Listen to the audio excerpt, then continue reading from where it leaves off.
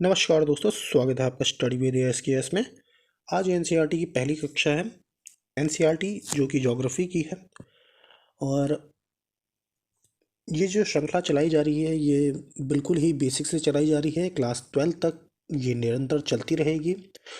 और ये श्रृंखला चलाने का मकसद ये है कि आपको जो आने वाली परीक्षा है, चाहे स्टेट पीसीएस हो या यूपीएससी हो, इसमें आपको बहुत ही ज़्यादा मदद करे।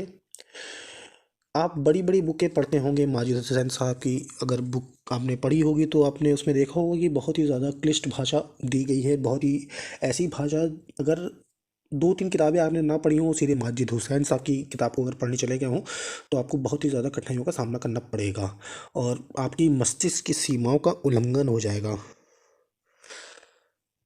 तो इसीलिए आपको एनसीईआरटी पढ़ना बहुत ही ज़्यादा ज़रूरी है कि जब आपके मस्तिष्क के जो तार हैं धीरे धीरे विकसित हों, ठीक है, धीरे धीरे आपके मस्तिष्क में अवधारणाएं बननी स्टार्ट हों, तो आगे आप माजिद हुसैन साहब हो या कोई अन्य राइटर हो, उनकी किताब को आसानी से पढ़ सकते हैं। ठीक है, तो आइए शुरू करते हैं। अपना आज का विषय जो है हमारा भूगोल, उसका पहला टॉपिक ये है, पृथ्वी की सतह ऐसी है जिसमें पर्यावरण के तीन महत्वपूर्ण घटक आपस में मिलते हैं तथा एक दूसरे को प्रभावित करते हैं। पृथ्वी का ठोस भाग जिस पर हम रहते हैं उसे भूमंडल कहते हैं।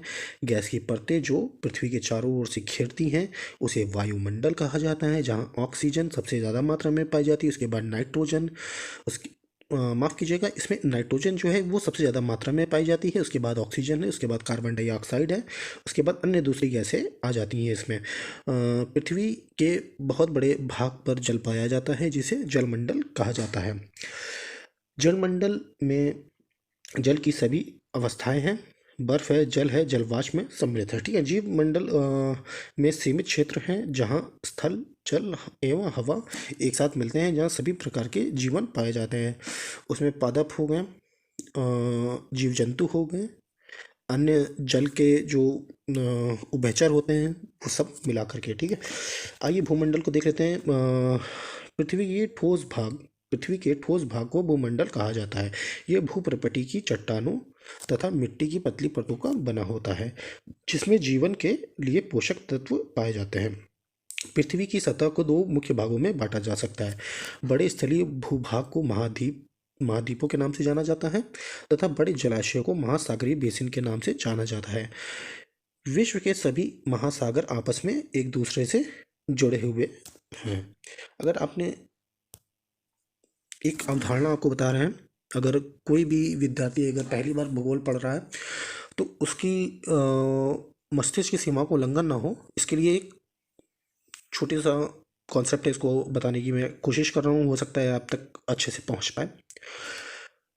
बहुत पहले जब पृथ्वी बनी थी, सुपरनोवा विस्फोट होता है अंतरिक्ष में। अब ये कैसे होता है, कब होता है, क्यों होता है, इसके बारे में आपको आगे चल करके पता चलेगा।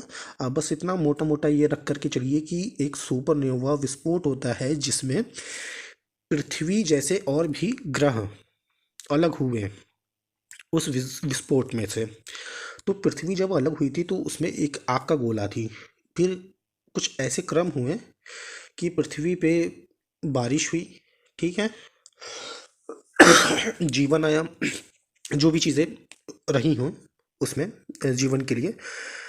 एक बहुत बड़ी चीज़ थी ना कि पृथ्वी का जो स्थल का भाग था, जितना भी आप स्थल देख रहे हैं वो सारे स्थल के भाग पहले एक ही में आपस में जुड़े हुए थे। आपका उत्तरी अमेरिका कह लीजिए, दक्षिणी अमेरिका कह लीजिए, अफ्रीका कह लीजिए, रशिया कह लीजिए, ऑस्ट्रेलिया कह लीजिए, भारत कह लीजिए, सब एपी आपस में जुड़े हुए थे। होता क्या है कि बीच में इसमें विभाजन हो जाता है, एक गोंडवाना लैंड हो जाता है जिसमें आज हमारा भारत है। अफ्रीका से टूट के अलग हुआ है ना हमारा भारत। यहाँ पे अफ्रीका की अगर आप स्थिति देखें, अगर आप अफ्रीका का स्थिति देखें तो भारत कहीं ना कहीं यहाँ पे था, ठीक है, और ये वाला हिस्सा जो है भारत का अलग हुआ था। अब इसके प्रमाण हमको कैसे मिलते हैं? देखिए, गुजरात में जो कच्छ है ना, यहाँ पे बब्बर शेर पाए जाते हैं, और अफ्रीका में यहाँ पे बब्बर शेर पाए जाते हैं। ठीक है, ऐसे ही आपको आगे प्रमाण मिलते रहेंगे। ठीक है, तो चिंतित ना होइए, बने रहिए, आपको यहाँ पे सारे कॉन्सेप्ट आपके क्लियर हो जाएंगे, ठीक है, एकदम बेफिक्र हो जाइए। आइए भूमंडल को देख लेते हैं। हम लोग जहाँ तक देख चुके थे, समुद्र जल का तल सभी जगह समान है, ठीक है। स्थल की ऊंचाई को समुद्र तल से मापा जा सकता है, जिसे शून्य माना जाता है। फिर देखते हैं ना कि किसी भी चीज़ की ऊंचाई, जैसे कुतुब मीनार पे अगर आप चले जाइए तो आपको दिखा रहा है इसकी हाइट कितनी है, तो उसकी हाइट वास्तविक जो होती है वो समुद्र तल से नापी जाती है। किसी भी चीज़ की हाइट जो होती है ना, समुद्र तल से उसकी हाइट को नापा जाता है। ये एक पैमाना होता है, इसी से ही नापा जाता है। तो आप देखते होंगे तो समझ में नहीं आता होगा, लेकिन ये होता यही है कि समुद्र तल से उसकी ऊंचाई का मापन किया जाता है, क्योंकि वास्तविक ऊंचाई जो है ना समुद्र तल से ही ली जाती है किसी भी चीज़ की। तो विश्व के सबसे ऊंचा जो शिखर है आपको मालूम है, माउंट एवरेस्ट है। इसको साधारण भाषा में 8,850 कहीं कहीं लिखा मिल जाता होगा, लेकिन एनसीईआरटी का जो डाटा है इसको कोई चैलेंज नहीं कर सकता है, भाई एनसीईआरटी है। तो 8,848 हम लोग मानेंगे, ठीक है। आगे चलते हैं। प्रशांत महासागर मैरियाना गर्त जो है, इसकी गहराई जो है 11,022 है, मीटर है। तो 11,022 मीटर है। तो इस जो मैरियाना गर्त है वो सबसे ज़्यादा गहरा है, ठीक है। ये आपको पता चल गया ना प्रशांत महासागर में। महाद्वीप, पृथ्वी पर 7 प्रमुख महाद्वीप हैं। ये विस्तृत जलराशि हैं द्वारा एक दूसरे से अलग हैं। ये महाद्वीप एशिया, यूरोप, अफ्रीका, उत्तरी अमेरिका, दक्षिणी अमेरिका, ऑस्ट्रेलिया, अटलांटिक। चित्र में आपने देख लिया होगा, यहाँ पे देखिए उत्तरी अमेरिका है, दक्षिणी अमेरिका, अफ्रीका है, यूरोप है, एशिया है, ठीक है, अटलांटिक जो है एरिया। एशिया के बारे में अगर देख लिया जाए ना, तो विश्व का सबसे बड़ा महाद्वीप है एशिया। एशिया जहाँ हम लोग रहेंगे भाई वही सबसे बड़ा होगा, ठीक है। ये पृथ्वी के कुल क्षेत्रफल का 1/3 भाग है, बहुत बड़ी बात है। महाद्वीप की पूर्वी गोलार्ध में स्थित है। कर्क रेखा जो है यहाँ से होकर के गुजरती है। अब आपको ये बताना है कि कर्क रेखा भारत के किन राज्यों से होकर के गुजरती है, ठीक है। बहुत बेकार सा क्वेश्चन बनता है, तो यहाँ से क्वेश्चन बनने भी बंद हो गए हैं, ठीक है, लेकिन पता रहना जरूरी है। आपको कभी न कभी ये सब चीज़ें जो होती है ना, आपको आंसर राइटिंग में मदद कर देती हैं, ठीक है। तो जानकारी होनी ज़रूरी है, क्वेश्चन बने ऑब्जेक्टिव ना बने, लेकिन जानकारी होनी बहुत ज़्यादा ज़रूरी है। एशिया के पश्चिम में यूराल पर्वत है, जो इसे यूरोप से अलग करता है। यूरोप एवं एशिया संयुक्त भूभाग से यूरेशिया, यूरोप धन एशिया, ये बना है यूरेशिया, ठीक है। जिसे Indo plus western, Indo western बन गया है, ठीक है। उसी तरह से यह है। यूरोप को देख लेते हैं। बहुत ही छोटा सा देश है, लेकिन बहुत तांडव मचा करके रखा है इसने, यूरोप। एशिया बहुत ही यूरोप एशिया से बहुत छोटा है, ठीक है, छोटा रह करेगा। यह महाद्वीप एशिया के पश्चिम में स्थित है। आर्कटिक वृत्त इससे होकर के गुजरता है। यह 3 तरफ से जल से घिरा हुआ है, ठीक है। तो अफ्रीका को देख लेते हैं। बहुत ज़्यादा कुछ है नहीं। यूरोप आप देख ही हैं कि कहाँ पे इसकी अवस्थिति है, देख लीजिए, 1 2 3 तरफ से घिरा ही हुआ है। भारत का भी ये प्रायद्वीपीय वाला हिस्सा देख लीजिए, ये भी 3 तरफ से जल से घिरा हुआ है। तो उसको बहुत ही ज़्यादा रॉकेट साइंस नहीं है, अवस्थिति बस बता रहा है। तो अफ्रीका के बारे में देख लेते हैं। अफ्रीका एशिया के बाद विश्व का दूसरा सबसे बड़ा महाद्वीप है। विषुवत वृत्त 0 डिग्री अक्षांश इस महाद्वीप के लगभग मध्य भाग से होकर के गुजरती है। ये बहुत अफ्रीका का ना ये बहुत बड़ा अच्छा पॉइंट ऐसा लगता है कि अफ्रीका के अगर देखा जाए तो कुछ इस प्रकार से है, ठीक है। इधर से कर्क रेखा, बिल्कुल मध्य से आपकी विषुवत रेखा, इधर से मकर रेखा, कर्क रेखा, विषुवत रेखा, मकर रेखा होकर के गुजर जाती है, ठीक है। सहारा रेगिस्तान जो है ना, विश्व का सबसे बड़ा रेगिस्तान है, जो अफ्रीका में ही पाया जाता है, अफ्रीका में ही स्थित है। मतलब यह महाद्वीप के चारों यह महाद्वीप चारों ओर समुद्र से, महासागरों से घिरा हुआ है। आपने देख ही लिया है, ठीक है। तो विश्व की सबसे बड़ी जो नदी है नील नदी, अफ्रीका से होकर के गुजरती है। अफ्रीका का मानचित्र देखिए तथा कर्क रेखा, विषुवत रेखा, इनकी अवस्थिति के बारे में बताइए। तो ये आप अपना मानचित्र देखिए, उसमें देखिए जो स्टूडेंट एटलस है आपके पास, या स्कूल एटलस है, जो भी है एटलस आपके पास मौजूद है, उसमें देखिए कि कहाँ से मकर रेखा, कर्क रेखा, विषुवत रेखा गुजर रही है। आगे चलते हैं, उत्तर अमेरिका की ओर देखते हैं। तो विश्व का तीसरा सबसे बड़ा महाद्वीप है, ठीक है। यह दक्षिण अमेरिका से एक सक्रिय स्थल से जुड़ा हुआ है, जिसे पनामा जल संधि कहा जाता है। यह महाद्वीप की पूरी तरह से उत्तरी एवं पश्चिमी गोलार्ध में स्थित है। यह महाद्वीप 3 महासागरों से घिरा हुआ है। क्या आप इन महासागरों का नाम बता सकते हैं? तो ये आपसे सवाल है, जरा इन महासागरों का नाम बताइए। दक्षिणी अमेरिका के बारे में देखते हैं। दक्षिण अमेरिका जो है, अधिकांश भाग दक्षिणी गोलार्ध में स्थित है। ठीक है, इससे पूर्व तथा पश्चिम में कौन से 2 महासागर स्थित हैं? अगर आप देखे होंगे ना, इसकी अवस्थिति को देख लें अगर आप, तो अमेरिका को कुछ इस तरह से बना दिया जाए। ठीक है, इधर से आपका ये कुछ दक्षिणी अमेरिका बन जाएगा ऐसे करके। ठीक, यहाँ पे आपका ब्राज़ील हो गया, अर्जेंटीना हो गया, पराग्वे हो गया, बोलाविया हो गया, कोलंबिया हो गया, वेनेजुएला हो गया। ये संयुक्त राष्ट्र अमेरिका आपका हो जाएगा। ठीक है, यहाँ पे तो यहाँ पे आपका प्रशांत महासागर हो जाएगा।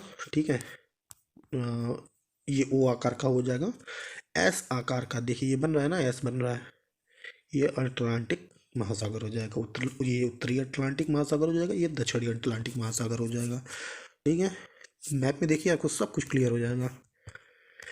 ऑस्ट्रेलिया के बारे में अगर देख लेते हैं ना, तो विश्व का सबसे छोटा महाद्वीप है। ये अकेला महाद्वीप है, अकेला देश है। ठीक है, खुद ही का द्वीप है, खुद ही का एक देश है, जो कि पूरी तरह से दक्षिणी गोलार्ध में अवस्थित है। ठीक है, एक क्वेश्चन बना था ना, कौन सा ऐसा देश है जहाँ पे 25 दिसंबर क्रिसमस वाले दिन, क्रिसमस का जो दिन होता है वो गर्मियों में सेलिब्रेट किया जाता है। बहुत से लोगों के पसीने छूट गए थे, लेकिन इसका सही आंसर था ऑस्ट्रेलिया। उस समय वहाँ पे गर्मी होती है। बहुत पुराना क्वेश्चन है, किसी परीक्षा में पूछा गया था।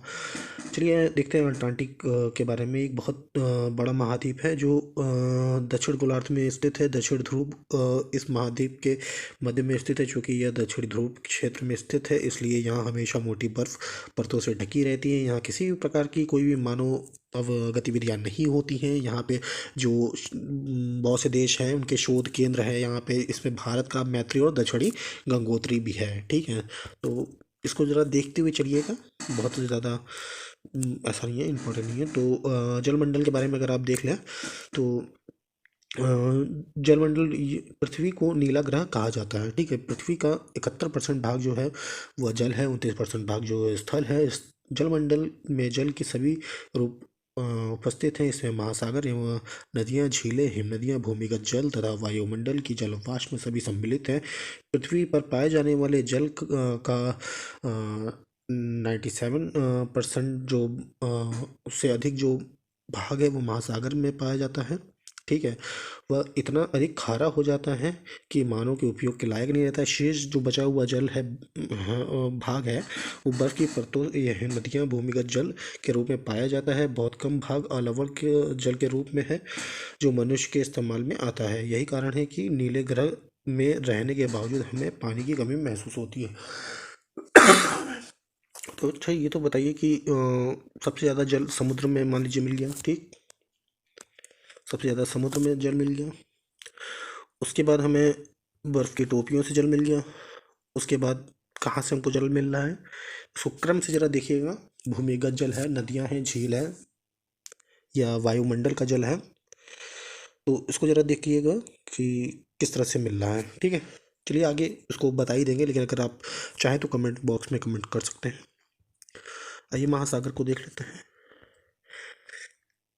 महासागर जलमंडल के मुख्य भाग हैं। ये आपस में एक दूसरे से जुड़े हुए हैं। महासागर जल हमेशा गतिशील रहता है। तरंगे, ज्वार भाटा तथा महासागरीय धाराएं महासागरीय जल की 3 मुख्य गतियां हैं। बड़े से छोटे आकार के आधार पर क्रमशः 5 महासागर हैं। प्रशांत महासागर है, अटलांटिक महासागर, हिंद महासागर है, दक्षिणी महासागर तथा अटलांटिक महासागर।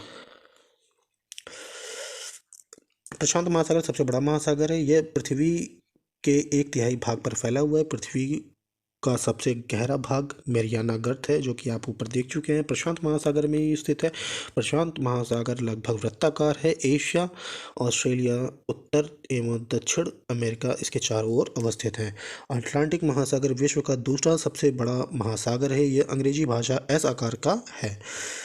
इसके पश्चिमी किनारे पर उत्तर एवं दक्षिण अमेरिका है। इसके पर उत्तर एवं दक्षिण अमेरिका है। उत्तरी अमेरिका मतलब दक्षिणी अमेरिका। ठीक है, पूर्वी किनारे पर यूरोप और अफ्रीका हैं। अटलांटिक महासागर की तट रेखा बहुत अधिक तंतुरित है या अनियमित है। तंतुरित तटरेखा प्राकृतिक पोताश्रयों एवं पत्तनों के लिए आदर्श स्थिति है। व्यापार की दृष्टि से ये सबसे व्यस्त महासागर है। हिंद महासागर की एक ऐसी हिंद महासागर ही एक ऐसा महासागर है जिसका नाम किसी देश के नाम पर है, यानी भारत के नाम पर रखा गया हुआ है। ठीक है, अगर आप हिंद महासागर को देखें और हिंद जो नाम है, पहली बात तो ये नाम विदेशों से हमें मिला हुआ है हिंद। ठीक है, और इसकी जो आकृति है वो एम है। ठीक है, यहाँ पे हमारा भारत है और ये है हमारा हिंद महासागर। इसको हम बंगाल की खाड़ी कह देते हैं, इसको अरब सागर कह देते हैं। ठीक है, हिंद महासागर एक ऐसा महासागर है जिसका नाम किसी देश के नाम पर है, यानी भारत के नाम पर रखा गया है। यह महासागर यह महासागर लगभग त्रिभुजाकार है। इसके उत्तर में एशिया, पश्चिम में अफ्रीका तथा पूर्व में ऑस्ट्रेलिया। ठीक है, तो दक्षिण महासागर अटलांटिक महाद्वीप के चारों ओर से घेरता है। यह अटलांटिक महाद्वीप से उत्तर की ओर 60 डिग्री उत्तरी अक्षांश तक फैला हुआ है। आर्कटिक महासागर उत्तरी ध्रुव वृत्त में स्थित है तथा यह उत्तर ध्रुव के चारों ओर फैला है। यह प्रशांत महासागर से छिछले जल वाले एक सक्रिय भाग से जुड़ा है जिसे बेरिंग जल संधि के नाम से जाना जाता है। यह उत्तरी अमेरिका के उत्तरी तटों तथा यूरेशिया से घिरा हुआ है। तो मैप में देखिए ये आपको चीज़ें क्लियर होती जाएंगी। ठीक है, वायुमंडल हमारी पृथ्वी के चारों ओर से गैस की एक परत से घिरी हुई है जिसे वायुमंडल कहा जाता है। वायु की एक पतली परत इस ग्रह को महत्वपूर्ण एवं अटूट भाग है। ठीक है, यह हमें एक ऐसी वायु प्रदान करती है जिसे हम लोग सांस लेते हैं। यह वायुमंडल हम लोगों को सूर्य की कुछ हानिकारक किरणों से बचाता है। पहले तो वायुमंडल के लाभ जान लीजिए। अगर वायुमंडल ना हो तो हम सांस नहीं ले पाएंगे। कहीं ना कहीं पृथ्वी की जो ग्रेविटी है ना, ये हमारे वायुमंडल को बांधे हुए है। ये 5 परतों में है। अगर आप पृथ्वी की संरचना को देखें तो 5 लेयर हैं।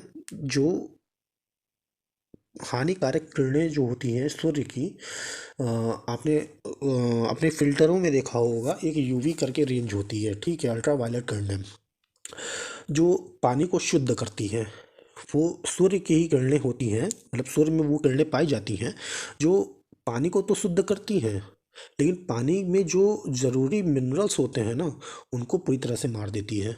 इतना ज़्यादा शुद्ध करने के चक्कर में जो शरीर को मिनरल्स मिलने चाहिए, वो मिनरल्स के तत्व ही समाप्त हो जाते हैं।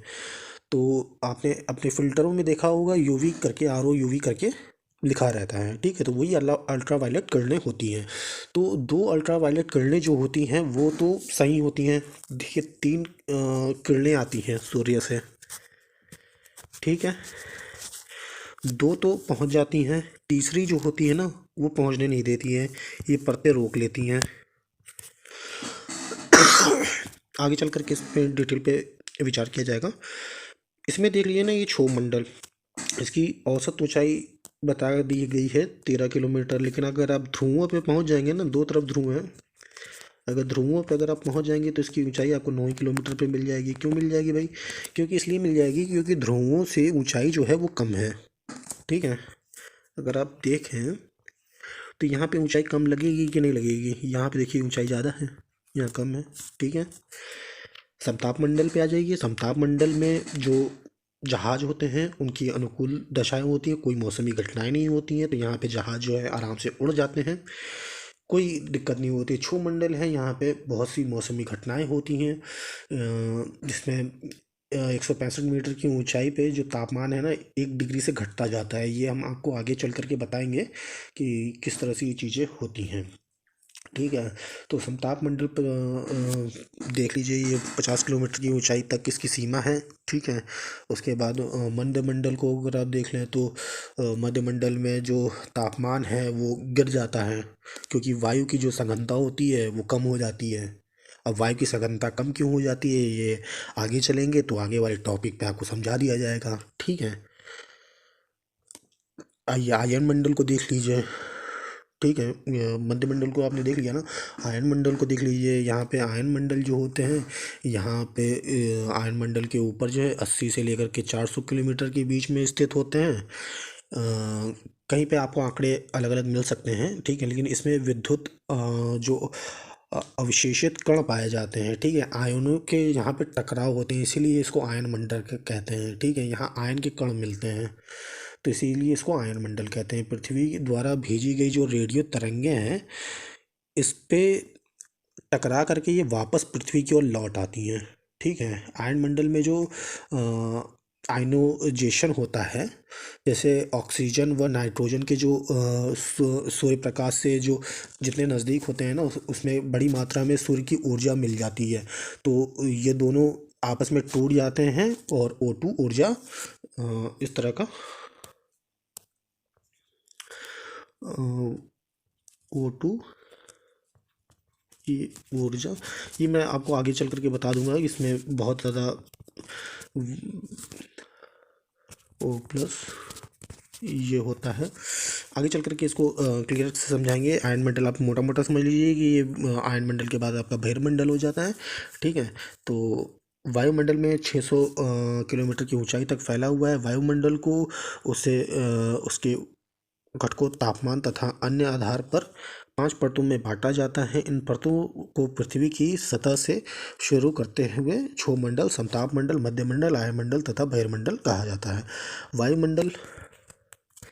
वायुमंडल ऑक्सीजन एवं नाइट्रोजन से बना हुआ है, जो कि साफ तथा शुष्क हवा का 99% भाग है। आयतन के अनुसार नाइट्रोजन 78%, ऑक्सीजन 21%, तथा दूसरी गैसें जो हैं कार्बन डाइऑक्साइड है, ऑर्गन है, इत्यादि हैं, इनकी मात्रा 1% में सारी गैसें आपको मिल जाएंगी, बहुत सी गैसें मिल जाएंगी, ठीक है। लेकिन सबसे ज़्यादा प्रतिशत में अगर देखा जाए तो नाइट्रोजन है, ठीक है। तो ऑक्सीजन सांस लेने के लिए आवश्यक है, जबकि नाइट्रोजन प्राणियों में वृद्धि के लिए आवश्यक है। कार्बन डाइऑक्साइड ये कभी बहुत ही कम मात्रा में है, लेकिन ये पृथ्वी के द्वारा छोड़ी गई ऊष्मा को अवशोषित करती है। ये सबसे बड़ी खराबी है इसकी, ठीक है। खराबी भी, अच्छाई भी है, ठीक है, वो आपको आगे बताएंगे। जिसमें पृथ्वी गर्म रहती है। अगर पृथ्वी अगर ये ऑक्सीकरण ना करे ना, तो पृथ्वी इतनी ज़्यादा रात में ठंडी हो जाएगी कि हम लोग यहाँ पे सर्वाइव नहीं कर सकते हैं। लेकिन हम लोग इतना ज़्यादा कार्बन डाइऑक्साइड, मतलब जितना ऊष्मा जो है ये अवशोषित कर रहे, ग्लोबल वार्मिंग का कारण बन जा रहा है, ठीक है। तो फ़ायदा भी है, नुकसान भी है। आगे टॉपिक में इस पे विस्तार से चर्चा की जाएगी। यह पौधे की वृद्धि के लिए भी आवश्यक है। ऊंचाई के साथ साथ वायुमंडल में जो घनत्व है उसमें भिन्नता आती है। जैसे जैसे आप ऊपर की ओर बढ़ेंगे ना, तो वायुमंडल जो दाब है उसमें कमी आती जाएगी। यह घनत्व समुद्री तल पर सबसे अधिक होता है, ठीक है, तथा जैसे जैसे हम ऊपर की ओर जाते हैं यह तेज़ी के साथ घटता जाता है। आप जानते हैं कि पहाड़ों पर पर्वतारोही जो होते हैं, हवा में घनत्व में कमी होने के कारण सांस लेने में कठिनाई होती है। ऊंचाई पर सांस लेने के लिए उन्हें अपने साथ ऑक्सीजन सिलेंडर लेकर के जाना पड़ता है। जैसे जैसे हम ऊपर की ओर जाते हैं तापमान भी घटता जाता है। वायुमंडल पृथ्वी पर दबाव डालता है। यह एक स्थान से दूसरे स्थान पर अलग अलग होता है। कुछ क्षेत्रों में हमें अधिक वायु दाब महसूस होती है, जबकि कुछ क्षेत्रों में हमें कम वायु दाब महसूस होती है। देखिए, जैसे जैसे आप ऊपर बढ़ते जाएंगे ना, वैसे वैसे वायु दाब कम होता जाएगा। वायु दाब अगर कम होगा तो सांस नहीं ले पाएंगे, सांस लेने में कठिनाई होगी। वायु दाब हमें सांस लेने में मदद करता है। वायु दाब ना तो ज़्यादा होना चाहिए, ना ही तो कम होना चाहिए। अगर आप समुद्र की गहराई में अगर चले गए तो वायु दाब बहुत ज़्यादा बढ़ जाएगा। एक तो पानी का वेट, ऊपर से जो वायुमंडल है उसका वेट, ठीक है, तो शरीर फट जाएगा, ठीक है। इतना ज़्यादा प्रेशर हो जाएगा कि शरीर जो है वो फट जाएगा अगर समुद्र के अंदर ज़्यादा गहराई में चले गए, ठीक है। इसी प्रकार से अगर आप चंद्रमा पे चले गए तो वहाँ पे वायु दाब है ही नहीं। वहाँ पे वायु दाब है नहीं, तो आप अगर नॉर्मल वहाँ पे खड़े हो गए तो आपकी जो नसें हैं वो फट जाएंगी। दोनों तरह से समस्या है। तो पृथ्वी जो है कहीं ना कहीं एक ऐसा गुण लेकर के आई है जो मानव जीवन है उसके लिए बहुत ही अनुकूल दशा है। और हमारे वैज्ञानिक जो हैं इसी तरह का दूसरा ग्रह खोजने की कोशिश कर रहे हैं, जो देखिए कब पूरा होता है। आइए जीवमंडल पे चर्चा कर लेते हैं। जीवमंडल जो है स्थल, जल तथा हवा के बीच में एक सीमित भाग है। यह वह भाग है जहाँ जीवन मौजूद है। यहाँ जीवों की बहुत सी प्रजातियाँ हैं जो कि सूक्ष्म जीवों तथा बैक्टीरियाओं से लेकर के बड़े स्तनधारियों के आकार में पाई जाती हैं। मनुष्य सहित सभी प्राणी जीवित रहने के लिए एक दूसरे से तथा जीवमंडल से जुड़े हुए हैं। जीवमंडल के जो प्राणियों में मुख्यतः दो भागों में जंतु जगत एवं पादप जगत में विभक्त किया जाता है। पृथ्वी के ये तीन परिमंडल आपस में पारस्परिक क्रिया करते हैं तथा एक दूसरे को किसी न किसी रूप में प्रभावित करते हैं। उदाहरण के लिए लकड़ी तथा खेती के लिए वनों को काटा जाए तो इससे ढलुआ भाग पर मिट्टी के कटाव तेजी से होने लगते हैं। जो ढलुआ भाग जो होते हैं वहाँ मिट्टी का कटाव जो होता है तेजी से होने लगता है। इसी प्रकार प्राकृतिक आपदाएं जैसे भूकंप की पृथ्वी की सतह में परिवर्तन हो जाता है। हाल ही में सुनामी के कारण अंडमान निकोबार द्वीप समूह के कुछ भाग पानी में डूब गए। ये बहुत पहले की बात बताई जा रही है क्योंकि ये पुरानी एडिशन है एनसीईआरटी का। झीलों तथा नदियों में दूषित पदार्थों के प्रभावित होने से उनका जल मानव के इस्तेमाल के लायक नहीं रह जाता है। यह जल दूसरे जीवों को भी नुकसान पहुंचाता है। उद्योग, तापीय विद्युत संयंत्रों तथा गाड़ियों से उत्सर्जित जो पदार्थ वायु को दूषित करता है। कार्बन डाइऑक्साइड वायु का एक महत्वपूर्ण घटक है, लेकिन कार्बन डाइऑक्साइड की मात्रा में वृद्धि के कारण पृथ्वी के तापमान में वृद्धि, जो बताया था ना कि ज़्यादा वृद्धि हो जाने से तापमान में वृद्धि हो रही है, जो ग्लोबल वार्मिंग का कारण बन रही है। इसे भूमंडलीय तापन कहा जाता है। इसलिए भूमंडल, वायुमंडल तथा जलमंडल के बीच में प्राकृतिक संतुलन को बनाए रखने के लिए पृथ्वी के संसाधनों को सीमित उपयोग किया जाना आवश्यक है। तो सीधी सी बात यही है। यहाँ पे यहाँ हमारा जो पहला लेक्चर है वो ख़त्म होता है। ठीक है, इसके जो क्वेश्चंस हैं वो आपको नेक्स्ट वीडियो में मिल जाएंगे और इसमें बहुत सी ऐसी चीज़ें हैं जो आपको डिटेल से डिस्क्राइब किया जाना है। तो जैसे कि क्वेश्चन आंसर है, उसी में आपको जब करवाएंगे क्वेश्चन आंसर तो उसी में आपको डिटेल से उसको जो आपके डाउट्स हैं उसको भी क्लियर कर दिए जाएंगे। ठीक है, तो आशा है कि आप ऐसे निरंतर ही पढ़ते रहेंगे और अपना 100% देने की कोशिश करें। जब भी पढ़ने के लिए बैठें तो सिर्फ और सिर्फ पढ़ाई करें और निरंतर पढ़ाई करते रहें, एग्ज़ाम में बेहतर करें। जय हिंद।